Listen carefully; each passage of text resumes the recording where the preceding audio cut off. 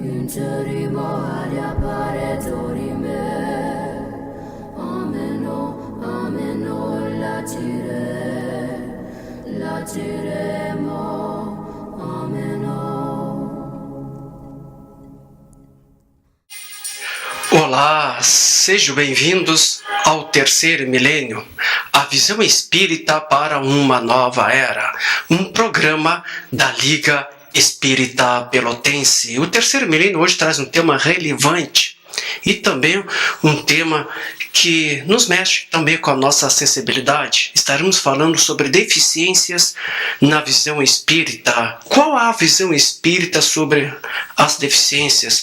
O que leva um espírito a renascer nessa condição? E qual é o consolo da doutrina espírita? Bem, essas são algumas das questões que nós estaremos abordando durante o nosso programa. E para falar sobre deficiências na visão espírita, aqui junto conosco a professora, pedagoga e evangelizadora espírita, Pamela Araújo. Pamela, alegria e satisfação de receber o terceiro milênio, seja bem-vinda. Eu que agradeço o convite e sei da tamanha responsabilidade que é trazer esse tema, né, Madeira, que ainda nos causa certo incômodo, que ainda não temos ele sendo discutido em todos os lugares, né, mas vem para essa tarde para a gente dialogar sobre esse tema que se faz tão pertinente.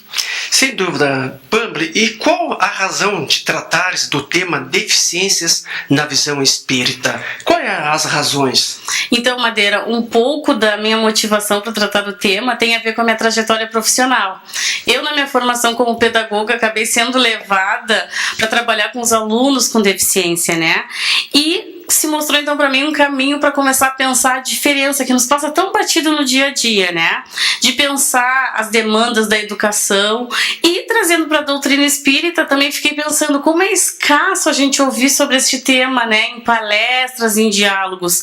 E o outro fator que contribui para essa minha conversa hoje aqui contigo é o aumento de pessoas com deficiência. Hoje nós já vemos, né, nas ruas, no ônibus, essas pessoas inseridas. Então quer dizer que é um assunto super atual. Sem dúvida nenhuma.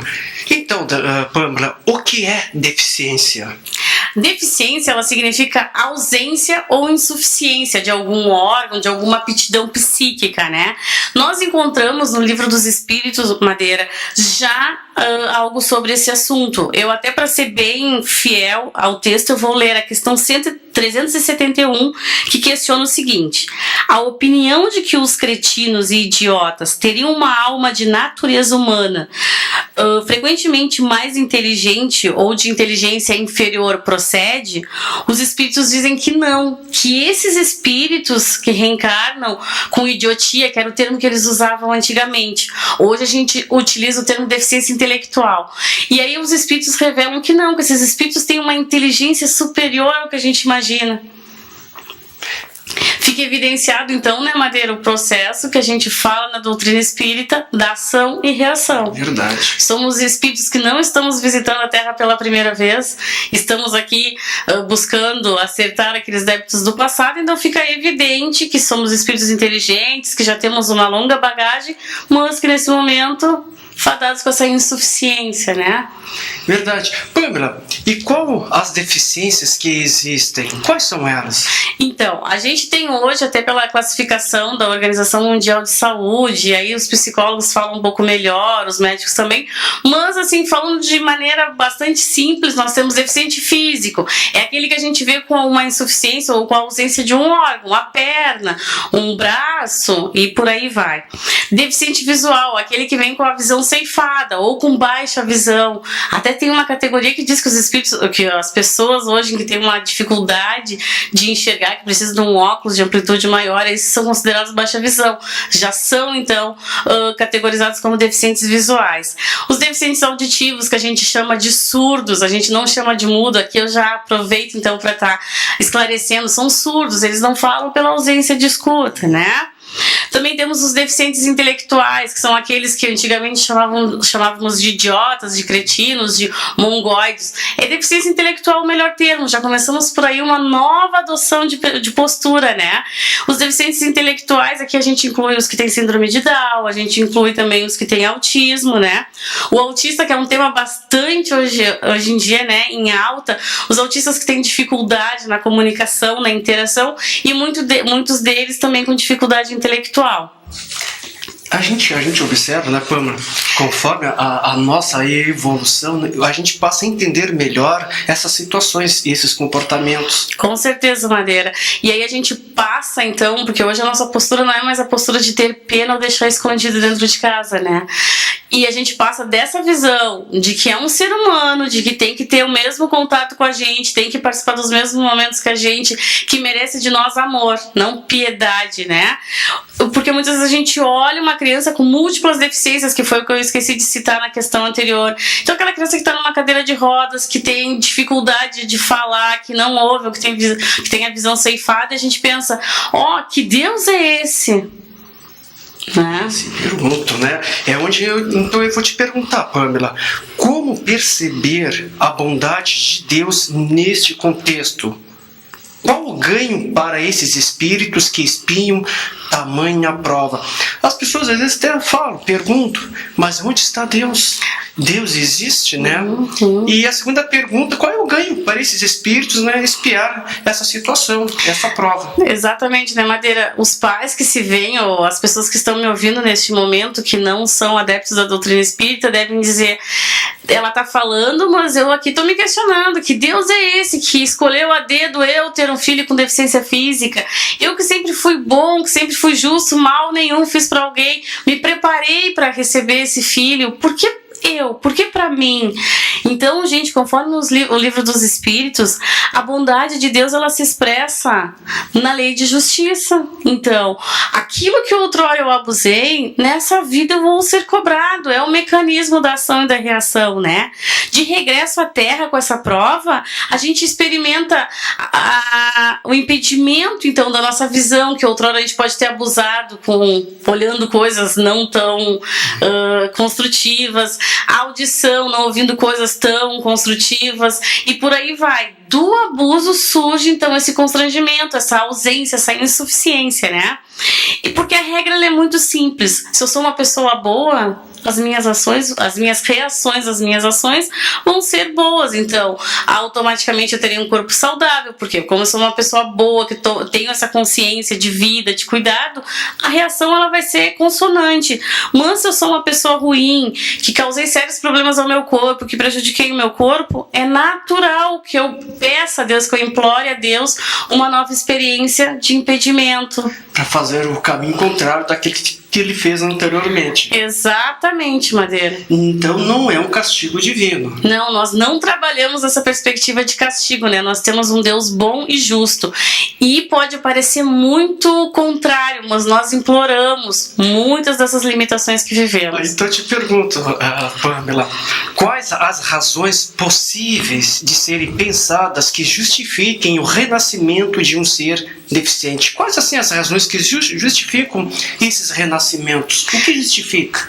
Então, Madeira, não quero ser simplória nem criar aqui uma regra, mas o que a gente estuda na literatura, muitas dessas situações de espíritos com deficiência são ocasionadas por ação no passado de espíritos que buscaram suicídio, de espíritos que abusaram de drogas, abusaram de alimentação. Hoje nós vemos muitas crianças com restrições alimentares e pensamos, o que fez esse pobre anjinho? Mas a gente não pode esquecer que por trás daquele corpinho ainda exigindo proteção, tem um espírito carregado de vivência, de ações que construiu e hoje é que está vivendo uma nova proposta. Então nós temos espíritos que cometeram muitos erros e a culpa os atormenta, então eles pedem para vir com todos os seus sentidos ceifados, com toda a questão de interação e comunicação com essa sociedade ceifada. Os espíritos então suicidas que eu já falei, aqueles intelectuais e artistas que através do conhecimento deles levaram muitas pessoas à perdição, né? E também, Madeira, uma coisa bastante curiosa é que são aqueles espíritos que não precisavam de nada disso. mas por se encontrarem num contexto de pais que precisavam experimentar essa prova, essa expiação, eles rogam a Deus, eles pedem que possam vir num corpo com essa limitação para proporcionar essa família, esses pais, essa sociedade, esse meio onde vive, essa experimentação. Paulo, tu traz essa afirmação da deficiência como desafio. É um desafio também aos pais. Um grande sem desafio. dúvida nenhuma. E é possível que um espírito solicite essa prova sem nada ter havido feito para resgatar ou expiar? Verdadeiramente sim, Madeira. Tem espíritos de tamanha grandiosidade, né, que eles pedem para vir com essa deficiência para estar experimentando nessa família a fé, a ligação a Deus, esse corte, porque hoje nós somos muito materialistas, a gente olha as pessoas, a gente rotula, a gente lê a pessoa pelo que veste, pelo tamanho que é, pelo modo de falar, e esses espíritos vêm experimentar justamente nesse sentido, né? Eles vêm fazer com que nós experimentemos a fé, que a gente ultrapasse esses olhos materiais de que o corpo não perfeito, então não serve para nada, né? Ele ainda faz com que o amor, porque a gente vai amar aquele corpinho, mesmo que aquele corpinho venha deficiente, sem uma mão, com a visão ceifada, então ele faz a gente experimentar o amor verdadeiro, não aquele amor do corpo perfeito, mas aquele amor que vai para além disso, né? E a questão da gente conviver com a diversidade, que graças a Deus a gente vai conseguir perceber que essa desorganização é transitória nesse corpo físico. Sim, né? É uma coisa, como eu disse, uma coisa transitória, né? Não é uma deficiência eterna. Não é uma deficiência eterna, porque como a gente bem sabe, antes de regressarmos à Terra, a gente faz todo um planejamento da nossa reencarnação. Então, na condição que a gente, de espírito, né, que somos perfeitos, a gente vai solicitar, então, olha, gostaria de vir com uma deficiência visual, para experimentar, então. E isso é para essa existência. O espírito vai definir essa privação para a própria existência. Não que isso vá ser, até porque a gente não está aqui na Terra pela primeira vez, nem pela única vez, né? Não. Uma coisa que tu deixa que tu nos deixa claro, Pamela, nem sempre um espírito com uma deficiência está resgatando, está espiando. Às vezes é uma própria escolha que ele faz para ajudar aquele contexto familiar. Exatamente. Eu revisitando meus estudos, né, Madeira, para vir aqui conversar contigo, quando eu li, eu até fiquei surpresa. Já deveria ter visto isso outras vezes, mas quando eu revisitei, eu disse, nossa, que grandiosidade, porque para um espírito que vem com toda a dimensão, porque as lembranças vão vindo, né, que tinha todo o poder de falar, de agir, de caminhar, solicitar pela grandeza da família, pela evolução dessa família, que ele venha com essa deficiência, é um espírito de tamanha grandiosidade, né? Porque vai exemplificar a fé. Vocês imaginem uma criança que tem paralisia cerebral, que não fala, que precisa da família para tudo. E a criança tá ali, muitas vezes esboçando um sorriso, esboçando uma esperança de vida, né? A grandiosidade, o exemplo de fé que ela tá dando para aquela família e para todos que a cercam. E eu vivo muito isso na minha profissão, né? De estar vendo famílias e vendo crianças mesmo que têm uma força de vida, assim, que faz a gente olhar para a própria vida e pensar, não, o que eu tô passando não é nada. Com certeza. Né? Então, isso é muito bem claro que às vezes a gente faz um julgamento errôneo, né? Às vezes quando a gente se depara com um irmão deficiente, né? Deve estar espiando, deve estar pagando, né? Deve ser um suicida. Nem sempre. Tomemos esse cuidado. Por isso que a minha fala ali na questão de quem são esses espíritos que muitas vezes experimentam, né, a deficiência, não deve ser generalizada. Porque cada um de nós é muito individual e traz consigo uma história muito única. Então nem todos os espíritos que estão nessa aprovação é porque cometeram erros. A questão da ação e reação podem estar agora aqui nos ajudando a experimentar um novo momento, porque a gente está precisando desse momento em que a gente olha para o outro, repense a vida do outro, porque a gente está num momento de vida muito ligado às coisas materiais, né? Então eles podem estar sendo voluntários nessa ação. Pamela, como a família deve receber a notícia de um filho deficiente, né? Que também, geralmente, os casais, né, se preparam para receber um filho, todos pedem que venha com saúde, mas não quer dizer que um filho que vem com deficiência não esteja com saúde. Exatamente. É uma coisa muito materialista também. Exatamente. dizer como os pais devem receber, né, Madeira, é bastante complicado, mas a doutrina espírita vai oferecer suporte. Eu espero que essa minha fala fique gravadinha, seja uma sementinha, para que a gente também seja agente nesse momento em que a gente estiver ligado, for a família que receba esse espírito, né? É extremamente natural que essa família viva um luto, viva uma tristeza profunda, viva um abandono. Nesse momento, eles vivem uma morte, diria entre aspas, uma morte de um filho perfeito, aos olhos físicos, né, Madeira? Aos olhos materiais. Porque a todo tempo estão reencarnando deficientes morais. Olha quanta ausência de bem a gente tem, olha como somos deficientes ainda na caridade, no bem ao próximo, né? Então, aos olhos físicos, aos olhos materiais, essa família vai sofrer. Meu filho que eu gostaria que eu ouvisse, não vai ouvir. Meu filho que eu gostaria que olhasse, não vai olhar. Mas eu planejei tudo tão perfeito, como é que isso saiu do meu controle? Que Deus é esse? Num primeiro instante é muito natural que isso aconteça. A gente, quando recebe mães ainda que estão na idade escolar, né, lá no meu trabalho, idade escolar, estão levando os filhos e ainda estão vivendo esse luto, a gente respeita muito. Porque é ela quem convive, é ela que diariamente tem que fazer o exercício da abnegação. E nisso as mães, com esse amor materno, elas fazem isso muito bem, Madeira. São exemplos de vida, assim, pra gente, né? Sem dúvida. Muitas se veem sozinhas depois, porque os pais não acompanham. Não acompanham. Alguns pais, claro que não são todos, abandonam essas mães. Exatamente. E acaba abandonando também o filho, né? Abandonam mãe, filho, exatamente. E, na verdade, a gente vai lidar com isso, né, de uma maneira de dor, de sofrimento, porque a gente planeja aqueles 9 meses, tu espera. Ainda hoje existem até exames que antecipam, né, se esse filho é deficiente, e aí vem uma escolha muito cruel, que muitos médicos dizem, não vai sobreviver, vai ser um incômodo, tu tem direito ao aborto. A gente defende a vida, né? Então a gente vai dizer que essa mãe não tem o direito de ceifar essa vida.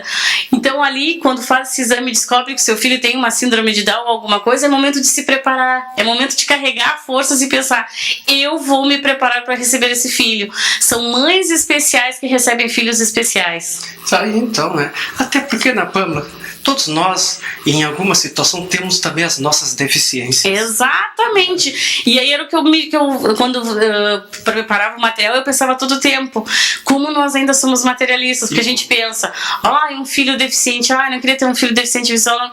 Mas, gente, quanta deficiência a gente traz na bagagem quando a gente volta pra Terra.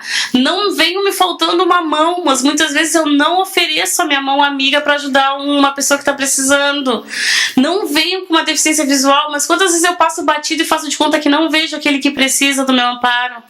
Aí eu me lembro de uma escritora, filósofa e ativista social, Helen Keller, Pâmela, que ela disse que a ciência poderá ter encontrado a cura para a maioria dos males, mas não encontrou a cura para o pior de todos, ou o remédio para o pior de todos, que é a apatia dos seres humanos. A apatia e a indiferença são, assim, as piores deficiências, né, Madeira? As pessoas ficam apáticas ao sofrimento alheio. Exatamente, aquilo frio, não indiferente. Como se aquilo nada tivesse a ver com ela, como se aquilo não tocasse nem movesse ela. Essas pessoas muitas vezes são chamadas a experimentar esse tipo de provação, né, Madeira? São Com certeza. Porque o dinheiro vai te pagar um fisioterapeuta, o dinheiro vai te pagar uma tecnologia assistiva, mas o dinheiro não vai pagar ali aquele teu momento que tu vai ter que ter com teu filho de abnegação, de doação, de levantar de noite, de te doar realmente, né? Então essas pessoas muitas vezes são chamadas a estar experimentando, que é os casos que a gente falou de espíritos que reencarnam com deficiência e que nada estão tendo de resgate ali, né? Muito mais para a família. Mas a apatia, a indiferença, eu vejo que a nossa sociedade está caminhando a passos ainda vagarosos, mas já estamos caminhando para tomarmos a responsabilidade social. Então hoje as crianças elas têm todas direito à escola, acesso e permanência. Então já se cria toda uma questão legal. O que ainda não pode nos passar batido é essa questão de achar que eu sou o melhor, né? É verdade, né, Pâmela? Que possamos ter as deficiências do corpo, mas a gente não pode ter a deficiência da alma. Exatamente. Pior de todas as deficiências. E é para trabalhar nessas que estamos aqui, né, Madeira? E as deficiências do corpo físico, elas existem para nos obrigar a trabalhar essas deficiências da alma. Exatamente. Professor, Professora Pamela, o Espiritismo é o Consolador prometido que foi anunciado por Jesus, que viria esclarecer as coisas, que ele falou em muitas outras coisas que não foi possível na época de Jesus ele esclarecer. Então eu te pergunto, de que forma o Espiritismo aponta o consolo às famílias e parentes que vivem essa provação? De que forma? Então, o consolo? O Espiritismo ele explica todo o sofrimento, né, baseado na lei de causa e efeito. Todos nós sabemos que Deus é justo, né? Então, essa causa ela só pode ser justa. Deus não vai escolher lá no meio de uma multidão a Pamela para ter um filho deficiente se não tiver todo um contexto para que a Pamela evolua, né? Diz o Alberto Einstein, o cientista, Deus não joga dados. Exatamente, não conhecia. Você vai ter sorte, hoje não vai ter sorte. Não, Deus não faz essa brincadeira, até porque a nossa vinda para a Terra é uma vinda muito planejada. E aí, retomo de novo dizendo que não é a nossa única vez aqui, nós não chegamos aqui como santos, não, a gente tem toda uma história, e essa história tem muitos autores envolvidos. Então, se eu não encontrar nesta vida a causa, então se eu sou uma mãe cuidadosa, nunca me envolvi com drogas, nunca tive uma gestação nos mínimos cuidados, eu não vou encontrar justificativa nessa vida, com certeza em vidas pretéritas eu vou achar a causa que me leva eu, o meu marido, aquela minha família, a ter neste momento um filho com deficiência, né? Então, é perceber a justiça de Deus nessas coisas todas. Os que nascem nessas condições, muitas vezes não fizeram nada nesta vida, com certeza não fizeram, né? Um bebê que está nascendo pela primeira vez, nada fez nessa vida. Mas, como a gente também não trabalha com a questão de sorte nem probabilidade, porque Deus é justo, a gente tem que entender que há uma lei de compensação. Se outrora eu abusei desse meu corpo físico, eu não tive não tive cuidado com ele, é o momento do resgate. Tudo aquilo que a gente deixar para trás, vai chegar a hora do acerto. Não é só dúvida, né? A cada um segundo as suas horas. Exatamente. Professora Pamela, falar sobre a casa espírita. A casa espírita, assim, ela está preparada para acolher, além das famílias que lá chegam na casa espírita, esses irmãos com deficiências? A casa espírita está preparada para acolher esses irmãos com deficiências? Então, né, Madeira, a questão preparada é uma questão que eu ouço diariamente, né?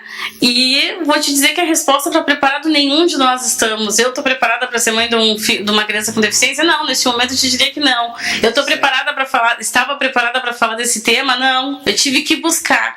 Então, a casa espírita, a família, todo mundo tem que empreender esforço.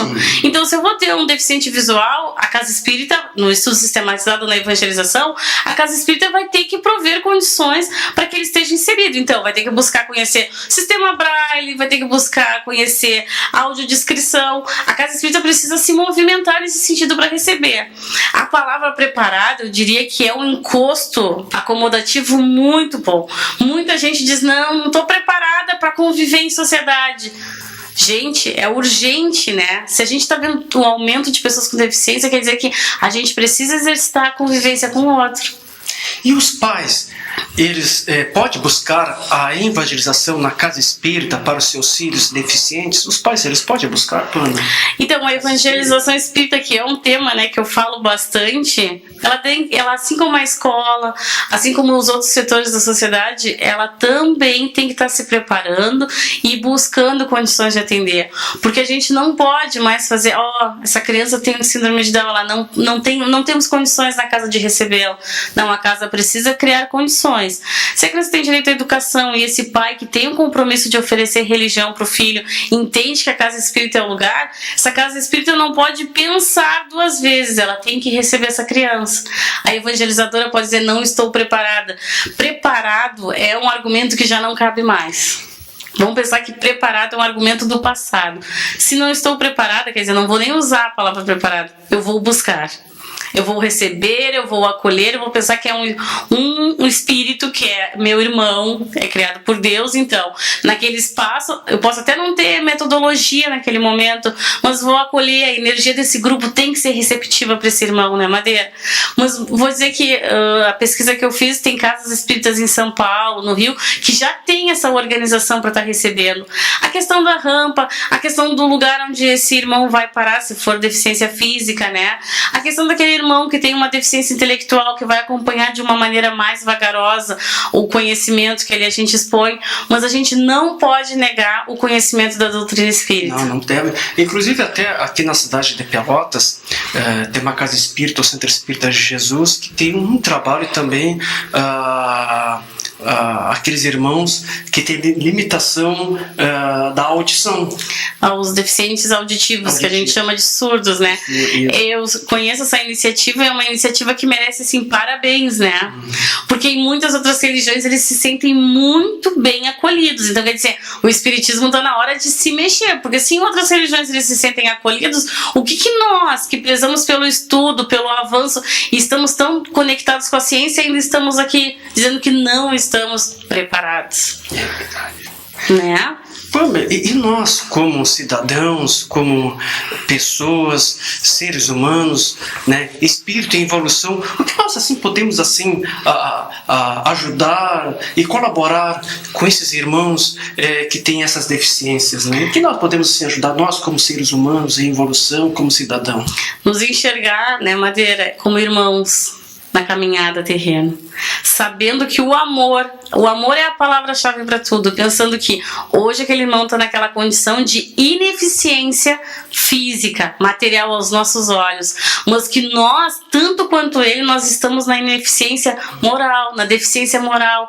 Ainda nos falta, né, condições de estar olhando, ajudando esse irmão. Muitas vezes a gente se distancia porque pensa, como é que eu vou conduzir o cego? Como é que eu vou falar com o deficiente auditivo? Como é que eu vou me prostrar diante do deficiente intelectual?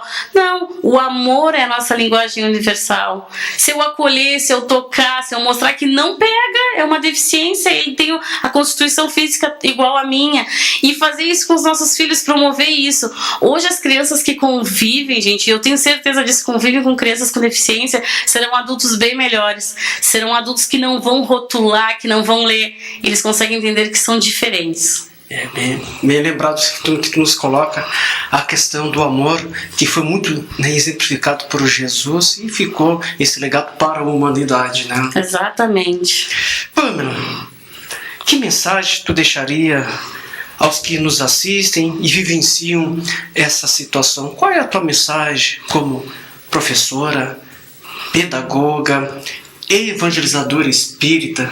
Passaria àqueles que nos assistem, né, àqueles familiares, aquelas pessoas que vivenciam essa situação e de alguma forma estão, né, dentro do seu círculo familiar, nos seus vizinhos, ou tem conhecidos que têm esses irmãos deficientes. Então, né, Madeira, diante dos desafios, das dores, das angústias que essas famílias passam, porque são famílias que sofrem lá no seu lar, fechados, porque não se permitem, não se reconhecem como seres, né? Então, diante disso tudo que se impõe na condução e no tratamento desses irmãos, nós sejamos aqueles que vamos abraçar, vamos acolher, vamos ter amor, sejamos nós aqueles eficientes, né? Eficientes contrapondo a palavra deficiente, mas eficientes no sentido de amor, de acolher, de ser solidário, de se colocar no lugar do outro, né? Por quê? Porque eu acredito que o amor ele vai suavizar, a fé vai fortalecer, então a gente vai indicar o caminho, a gente vai dar esse exemplo, né? E agindo bem. Então, se essa mãe precisa de alguém que fique um pouquinho para esse filho na farmácia, pensemos o que é para uma mãe ir às vezes até no banheiro, né? É verdade. Então sejamos nós essa mão acolhedora, essa mão que vai auxiliar, e não esquecer que é a nossa ação no bem que vai nos redimensionar e até mesmo nos livrar de futuras expiações tais como essa. E bem, tu nos fizesse estar aqui junto conosco, Pamela, abordando esse tema maravilhoso, um tema que realmente nos toca aos nossos corações, e a Deus nós te agradecemos profundamente. Eu que agradeço a oportunidade, foi bastante desafiador, mas bastante construtivo falar. Porque quando a gente fala aos outros, somos nós quem ouvimos primeiro, né? É verdade, Pamela. Nosso muito obrigado. Lembrando que temos encontro marcado em nosso próximo programa. Nós estamos aqui esperando por vocês. Desejamos a todos um dia maravilhoso, que tenha uma semana repleta de alegria, sucesso, amor e muito trabalho também. Fique em paz e que Deus nos abençoe.